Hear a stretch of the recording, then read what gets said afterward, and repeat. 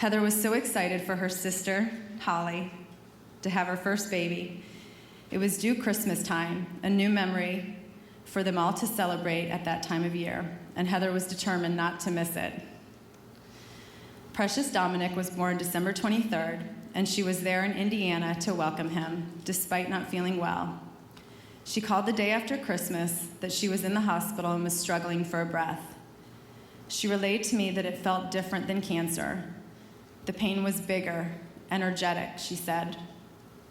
She wanted to get back to California, and with Kyle's help, she made it back.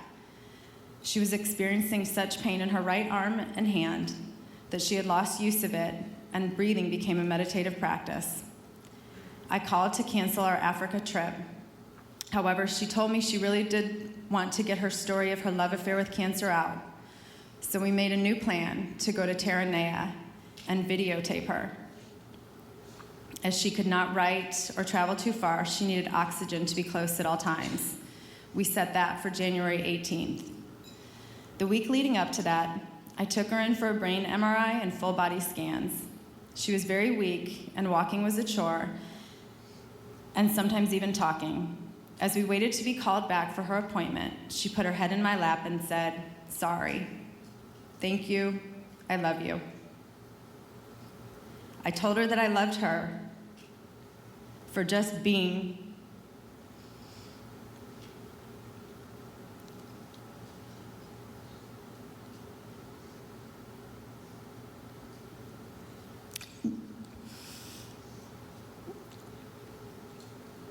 not doing anything. As I spoke those words, I understood them on such a deeper level. The next day, she got the results back. She called and told me that Dr. Chan was sad. Not really how bad it was, but I knew by her awareness and thoughtfulness for her doctor, whom she loved, that the cancer had spread. At the same time, things magically lined up for her to meet these doctors from Italy, who have had amazing results helping treat people with cancer. They were to be in Arizona. Despite not feeling good or not getting good news, she looked for the positive and got in the car to drive to Phoenix with Kyle. After meeting the doctors the next day, she called me on her way home and said, "Hi, Erin. I'll let Kyle tell you what happened." And as he is proceeding to tell me that the doctor said her cancer was very complicated and that her protocol could be, I hear Heather in the background saying, "I saw giraffes. I saw giraffes. And one of them loved me. He loved me, Erin. I got to see giraffes." Amazing. She manifested giraffes. Upon returning home the next day, I was with her, and breathing was a struggle, and divine magic really kicked in as I was connected with Reverend Susan, who knew both of us and was to help with getting a hospice nurse to come evaluate her as soon as possible. We got her comfortable and trying to rest. The next morning, I got to her house, and we snuggled in her bed. And as I was telling her, she just needed to let go of doing and surrender into the love that was surrounding her, to just be. Kyle sent the email that her visit to meet the doctors had inspired a healing clinic. As I read her the incredible email exchange between the doctors and host about her light, I said, "Your joy has inspired this healing clinic, not your cancer, your happiness." She smiled. Then after a few minutes resting, she asked that I call Reverend Susan for a prayer. We were headed to the hospital soon thereafter.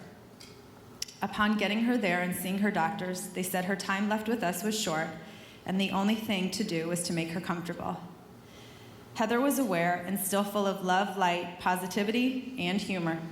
At one point saying, "Aren't you guys bored? You're all just staring at me." That evening, some friends filled a room, and she asked for music. It was a beautiful atmosphere. She took down her breathing mask and said, "Yeah, this is what I want. I want a party, no sappy shit. I want to party with bad rap music. She giggled and smiled. The next morning, she turned to me and said, I hear it. Call Reverend Susan, who gave her a beautiful send-off prayer and reminded her that her love and light will always remain, but she was free to surrender to that which is greater. She nodded her head in agreement and said, and so it is. She told me she loved me and would be with me in Africa.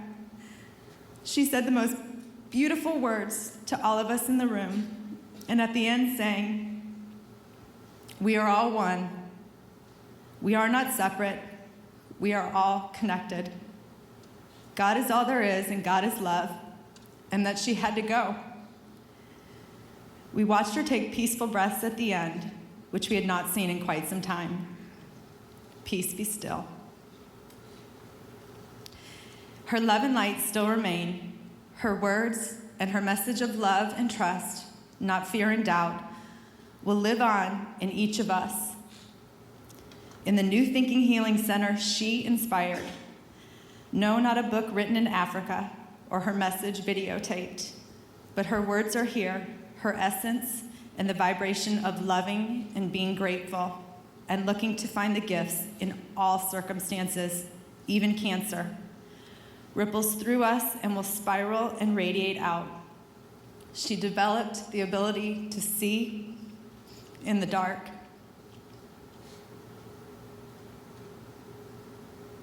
I am so proud to have spent time with this master teacher, cloaked in a pretty spunky body named Heather Almond.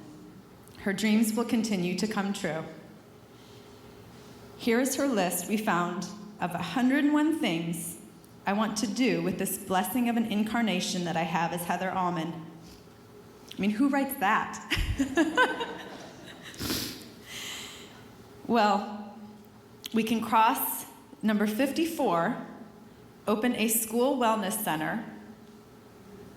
And oh look, she mistakenly misnumbered, and there's another 54.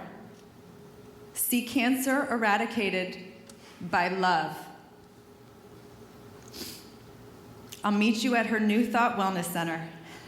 Magical and masterful indeed. I will close letting her words be heard. This titled, Let Go. When there is nothing more you can do to make a situation right, then there is nothing else you are supposed to do. That is the time when, having done it all, you let go and let God and infinite intelligence work out the details and bring forth perfect results.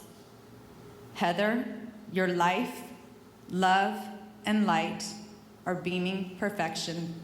Bravo. They lead us all to your most recent theme song of life, Higher Love.